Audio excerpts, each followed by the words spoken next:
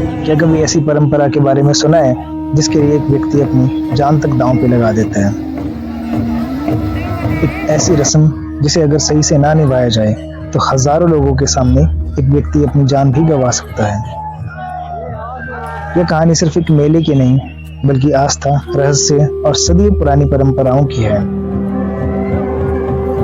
आज हम आपको लेके चल रहे हैं हिमाचल प्रदेश के चौहार घाटी क्षेत्र के उस अनोखे उत्सव के बीच जिसे दुनिया काहिका महोत्सव के नाम से जानती है।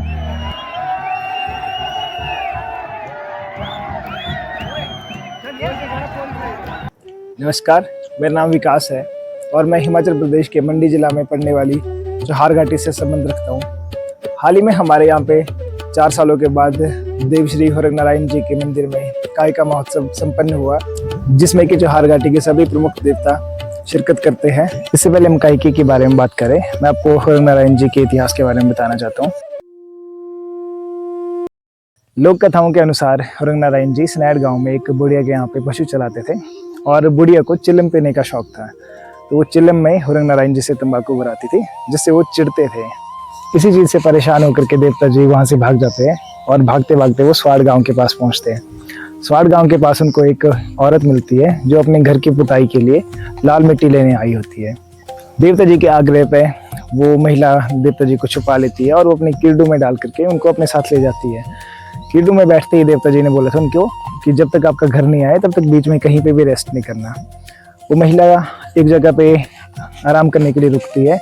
जब वो पीछे मुड़ के देखती है तो देवता जी वहाँ से गायब हो गए होते हैं और उन्होंने मोहरों का रूप लिया होता है। जिस जगह पे महिला ने आराम किया था उस जगह का नाम होरंग था और वहीं पे देवता जी की स्थापना की गई, वहाँ पे मंदिर बनाया गया, इसलिए देवता को आज होरंग नारायण जी के नाम से जाना जाता है। इसके बाद भी बहुत सारी घटनाएं हुई है होरंग गांव में कि देवता जी दिखाई देते थे, फिर किसी को दिखते थे, आंखें बंद करे तो वो फील होते थे, आंखें खोल के देखे तो दिखते नहीं थे। वो हम किसी और वीडियो में बात करेंगे उस चीज़ के बारे में, क्योंकि अभी ये डॉक्यूमेंट्री, ये जो हम कहानी की बात कर रहे हैं, ये काहिके के बारे में है, तो हम काहिके के ऊपर जंप करते हैं। इससे पहले आपको एक इंटरेस्टिंग बात बताता हूँ मैं देवता जी के बारे में। तो एक बार की बात है, हमें बचपन से कहानियाँ सुनाते आए थे कि एक बार जो है वो कुल्लू से कुछ लोग आते हैं और देवता का मोहरा चुरा करके ले जाते हैं। अगर आपको पता होगा तो होरंग गांव जो है वो चौहार वैली में, और चौहार वैली कुल्लू की लग वैली के साथ बाउंड्री शेयर करती है, जहाँ से कुल्लू और मंडी अलग होते हैं, भूभू पास कनेक्ट करते हैं दोनों जगहों को। तो वो कुछ लोग आते हैं कुल्लू से और वो देवता जी का मोहरा चुरा करके ले जाते हैं, वहाँ से मंदिर से डेरे से उठा करके ले जाते हैं और कुल्लू अपने घर में ले जाते हैं। तो देवता जी के जो गुर होते हैं वो बेसिकली ग्रामन, हमारे गाँव के साथ में एक गाँव है, ग्रामन से गुर थे। उनका नाम नहीं पता एक्चुअली, हमें नाम बताया भी नहीं गया। ऐसे बोलते कि जो अभी के गुर थे, पिछले गुर थे, उनके ही कोई एंसेस्टर रहे हैं। तो देवता जी के जो गुरु होते हैं उनको रात को सपना आता है और देवता जी सपने में आकर के उनको बोलते हैं कि मुझे चुरा करके ले गए हैं, मेरी शक्ति यहाँ पे बची नहीं है, आप आओ और मुझे वहाँ से वापस लेके आ जाओ। तो गुरु जो है वो सुबह उठते हैं और वो पैदल भूभू रोड को क्रॉस करके दूसरी साइड जाते हैं, कुल्लू की लग वैली में उस घर में पहुँचते हैं। वहाँ पे उनको देवता जी के मोहरे मिलते हैं और वहाँ से वापस ला करके वो फिर से स्थापना करते हैं होरंग गाँव में मोहरों की। तो ये सब कहानियाँ हैं। इसके बावजूद और भी बहुत सारी लीलाएं हैं जो हमारे देवता जी ने बचपन में करी है। उनके भाई है जैसे देव श्री कड़ौनी नारायण जी। तो इन सब चीज़ों के बारे में हम किसी भी और दिन बात करेंगे डिटेल में। अभी क्योंकि हम काहिके के बारे में बात कर रहे हैं तो स्टार्ट करते हैं काहिके के बारे में कि काहिका कहाँ से शुरू होता है, काहिके का सिग्निफिकेंस क्या है, नर कौन है और वो कहाँ से आए हैं, उनकी क्या सिग्निफिकेंस है काहिके में, और काहिके को 5 साल के बाद क्यों मनाया जाता है, देवता कौन कौन से आते हैं, वो सारी चीज़ें अभी आपको इसके आगे पता लगेगी। हमारे 8 देव का मेला है 5 साल बाद कि सारे लोग आओ ना हमारे मेले में, और हम खाने पीने का इंतजार करते हैं, दारू शराब सब कुछ देते हैं। हमारे घर में आना, सारे लोग ने बैठना, खाना पीना, मौज मस्ती करनी 5 साल के बाद। काहिका जो है वो कोई मेला नहीं है, एक हिमाचल के सबसे प्राचीन, दुर्लभ और रहस्यमय देव परंपराओं में से एक है। यह केवल एक मेला नहीं है बल्कि शुद्धिकरण, पाप निवारण, मृत्यु और पुनर्जन्म का एक धार्मिक अनुष्ठान है। अगर हम काहिके के इतिहास की बात करें कि काहिका कैसे स्टार्ट हुआ है, क्यों स्टार्ट हुआ है, तो जैसे लोक परंपराओं और लोक कथाओं के अनुसार एक बार होरंग नारायण जी को अपनी छोटी उंगली में कुष्ठ रोग हो गया था। इसके लिए जो नर समुदाय थे उन्होंने विशेष धार्मिक विधियों और उपचारों से होरंग नारायण जी के जो कुष्ठ रोग था उसको ट्रीट कर दिया था, उसको ठीक कर दिया था। इससे प्रसन्न होकर के देवता जी ने आदेश दिया कि ये अनुष्ठान समय समय पर होता रहे ताकि समाज का कल्याण हो सके। तभी से काहे का प्रारंभ होता है और नर समुदाय इसमें विशेष भूमिका निभाता है अपनी। और उसी टाइम से इसको 4 साल के बाद हर 5वें साल मनाया जाता है देव श्री हुरंग नारायण जी के मंदिर हुरंग गांव में जो स्थित है वहाँ पे। और एक और काहे का आयोजन भी होता है जो कि सराहन गांव में भी होता है, वो भी हर 4 साल के बाद 5वें साल मनाया जाता है। हालांकि काहे का 3 दिन चलने वाला महोत्सव है, 3 दिन तक चलता है इसका मेला। पहला दिन मुर्गन का होता है, दूसरा दिन जब देवी देवता आते हैं और तीसरा दिन होता है जिस दिन मृत्यु और पुनर्जन्म का जो भी कॉन्सेप्ट है वो परफॉर्म किए जाते हैं नर समुदाय के द्वारा। बिना नर समुदाय के काहे का आयोजन नहीं हो सकता है। नर समुदाय की विशेष भूमिका है काहे के आयोजन में। हालांकि काहे का उत्सव 3 दिन तक चलने वाला महोत्सव है, पर इसकी तैयारी कई महीनों पहले से स्टार्ट हो जाती है। काहे के मनाने से 1.5-2 महीना पहले हमारे यहाँ पे सफाई की जाती है, जैसे कपड़े धोना, घर पे पेंट करना आदि सफाई चली होती है। और जो भी कायके में हमारे वैली से जितने भी लोग आएंगे उनको हम एज अ गेस्ट ट्रीट करते हैं। उनको किसी के भी घर में जाके पूछने की ज़रूरत नहीं होती है, वो कहीं भी रह सकती है, कोई भी किसी के भी घर में जाके खाना खा सकते हैं। हम भी मतलब हमारा तो मंदिर से थोड़ा पीछे है, गांव पड़ता हुआ, पर फिर भी हम सबको एज अ गेस्ट ट्रीट करते हैं। आप आ सकते हो, किसी के भी घर में रह सकते हो, किसी के भी घर में खाना खा सकते हो, किसी को पूछने की ज़रूरत नहीं होती है। काहे से 2 या 3 दिन पहले एक परंपरा होती है जिसे डाल ढालना बोलते हैं हम। डाल ढालना बेसिकली एक पेड़ गिराया जाता है, उसकी सीढ़ी बना करके देव बनी के अंदर भराड़ी में रखी जाती है। और इस साल क्योंकि देव मनाने की परंपरा भी होती है, ऐसे बोलते हैं कि देवता रूठ करके गए होते हैं, उनको मना करके वापस बुलाया जाता है। वो परंपराएं भी काहे से 2-3 दिन पहले पूरी की जाती है।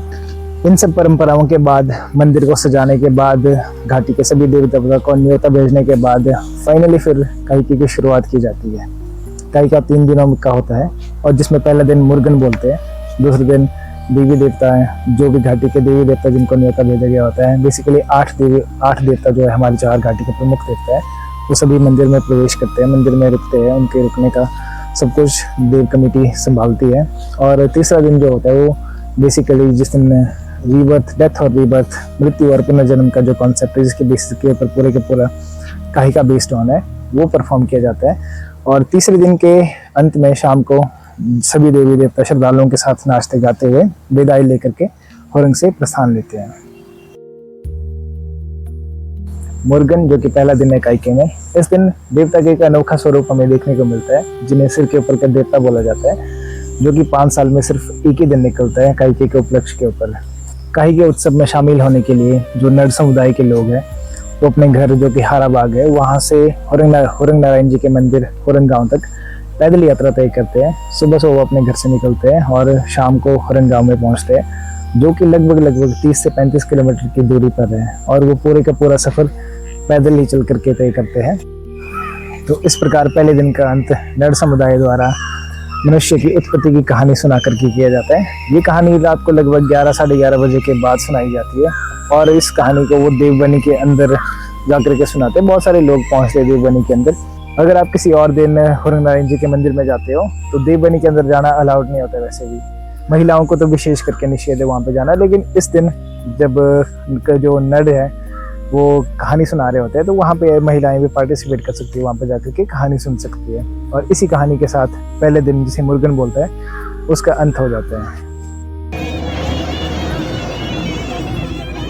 दूसरे दिन की शुरुआत देवता के रथ बनने से होती है, जो कि देवता के नए मंदिर में बनाया जाता है। उसके बाद देवता अपने श्रद्धालुओं के साथ नाचते गाते हुए अपने पुराने मंदिर में आते हैं और देवबनी में जाकर देव परंपराएं निभाते हैं। उसके बाद ध्वज के पास आकर अन्य देवताओं के स्वागत के लिए खड़े हो जाते हैं।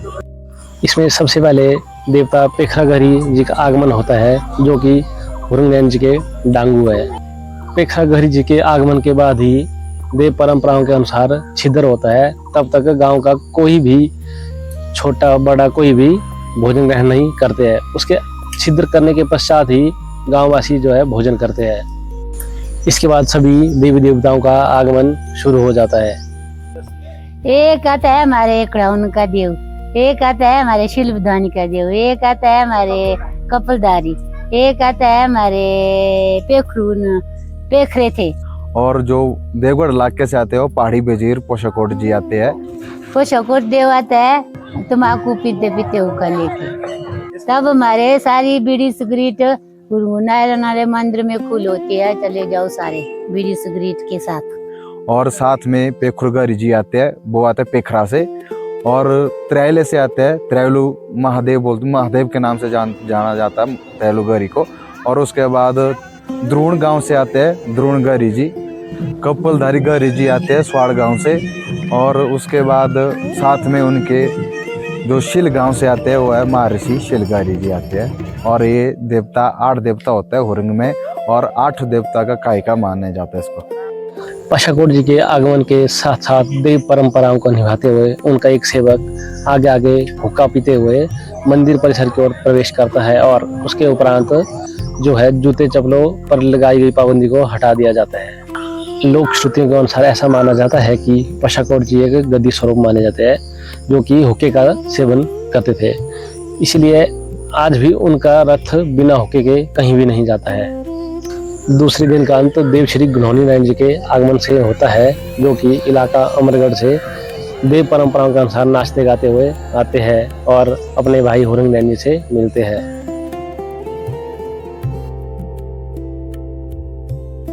तीसरे दिन काइके का मुख्य और अंतिम दिन होता है, जिस दिन डेथ और रीबर्थ का कॉन्सेप्ट परफॉर्म किया जाता है, जिसके ऊपर पूरे के पूरा काइका बेस्ड होता है। इस दिन नरवदी पंडितों के परिवार का मुख्य देव परंपराओं को निभाते हुए डेथ और रीबर्थ के कॉन्सेप्ट को परफॉर्म करते हैं। तीसरे दिन नर समुदाय द्वारा विशेष पूजा की जाती है। दोपहर में नाचने गाने के बाद जब सभी देवी देवता मंदिर प्रांगण में इकट्ठे होते हैं, तब वहाँ पे नर या नरवेदी पंडित जिसको आप बोल सकते हैं, वो सभी देवी देवता से आशीर्वाद लेना शुरू करते हैं। हुरंग नारायण जी से स्टार्ट करके जब वो लास्ट में देव श्री शिलगारी जी के पास पहुँचते हैं तो अपनी चेतना खो देते हैं और वहीं पे मूर्छित होकर के गिर जाते हैं। इसके पश्चात देव परंपराओं के अनुसार उन्हें देवबनी के अंदर ले जाया जाता है, जहाँ पर उन्हें एक मुर्दे की तरह सफेद चादर में ओढ़ा जाता है। जब ये सब प्रक्रिया हो रही होती है तो उनके परिवार के सभी सदस्य रो रहे होते हैं, दुख में रोते बिखरते रहते हैं वहाँ पे। इसके पश्चात उन्हें सफेद चादर के अंदर ओढ़ने के बाद एक अर्थी के ऊपर लेटाया जाता है। उस अर्थी को भी सफेद चादर से ओढ़ा जाता है। अंत में जब उनकी अर्थी सजाई जाती है तो वहाँ पे उनकी छाती के ऊपर देवता जी का लकड़ी का मोहरा रखा जाता है। ऐसा माना जाता है कि उसके नीचे ही उनके प्राण बचे होते हैं, जिसके बाद उन्हें वहाँ से ले जाया जाता है और मंदिर की परिक्रमा कराई जाती है। मंदिर की परिक्रमा करते समय जितने भी श्रद्धालु वहाँ पे होते हैं, लोग वहाँ पे होते हैं, उनके ऊपर वो घास फेंकते हैं। ऐसा माना जाता है कि अगर घास की बजाय आपने उनके ऊपर पत्थर फेंक दिया तो उनकी मृत्यु भी हो सकती है वहाँ पे। मंदिर की परिक्रमा के पश्चात देव परंपराओं के अनुसार उन्हें फिर से वापस बनी के अंदर ले जाया जाता है। बनी के अंदर जो भराड़ी बनी होती है वहाँ पे उन्हें रखा जाता है और वहाँ पे एक धार्मिक अनुष्ठान किया जाता है उनके द्वारा, जिसके पश्चात उन्हें चेतना आना शुरू होती है। फिर से जब उनको थोड़ी सी होश आ जाती है, फिर उनको वहाँ से पकड़ करके लाया जाता है सभी देवताओं का आशीर्वाद लेने के लिए। फिर से देव श्री हुरंग नारायण जी से स्टार्ट करके आशीर्वाद लेते लेते जब वो महर्षि शिलगारी जी के पास पहुँचते हैं तो पूर्ण रूप से सचेत और स्वस्थ हो जाते हैं फिर से। और इसी को हम काहिका बोलते हैं, इसी को डेथ और रीबर्थ का कॉन्सेप्ट कहा जाता है, जिसके बेसिस के ऊपर पूरे का पूरा काहिका बेस्ड ऑन है। इसके पश्चात सभी श्रद्धालु देवताओं के साथ नाचते गाते हुए खूब मजे करते हैं। इसके पश्चात सभी देवता देव श्री हुरंग नारायण जी के प्रांगण से विदाई लेते हैं और तीसरे दिन के अंत के साथ ही काइके महोत्सव का भी अंत हो जाता है। काइका महोत्सव खत्म होने के बाद जब सभी देवी देवता अपने अपने मंदिरों की तरफ प्रस्थान करते हैं, देव श्री पशाकोट जी को एक निर्धारित क्षेत्र दिया जाता है। जब देव श्री पशाकोट उस निर्धारित क्षेत्र को पार करते हैं, उसके पश्चात ही देव श्री हुरंग नारायण जी के मंदिर में चोखरा परफॉर्म किया जाता है, जिसमें कि काहिका महोत्सव के दौरान मंदिर परिषद में आई हुई निषेध चीजें जैसे कि जूते, चप्पल, बीड़ी, सिगरेट, तंबाकू, चमड़ा इत्यादि को मंदिर परिसर से बाहर निकाला जाता है और उसके पश्चात वहाँ पे शुद्धिकरण की एक प्रक्रिया निभाई जाती है, जिसके पश्चात मंदिर परिसर में जूता, चप्पल, बीड़ी, सिगरेट, चमड़ा इत्यादि लाना फिर से निषेध माना जाता है। आज जब दुनिया तेजी से बदल रही है, तब हिमाचल प्रदेश के इन पहाड़ों में कुछ परंपराएं अभी भी समय को थामे खड़ी है। यहाँ ढोल की हर थाप में इतिहास की गूंज सुनाई देती है। यहाँ देव परंपराओं में लोगों की अटूट आस्था दिखाई देती है और उस अनोखी रस्म में एक इंसान और विश्वास के बीच का गहरा संबंध महसूस होता है। यह उस संस्कृति का जीवित प्रमाण है जो हमें याद दिलाती है कि हमारी असली ताकत हमारी जड़ों में बसी है। मेरा नाम है विकास और यह था काहिका महोत्सव का रहस्यमय सफर। अपना कीमती समय निकाल करके मेरे साथ इस सफर में जुड़ने के लिए आप सभी का दिल की गहराइयों से धन्यवाद।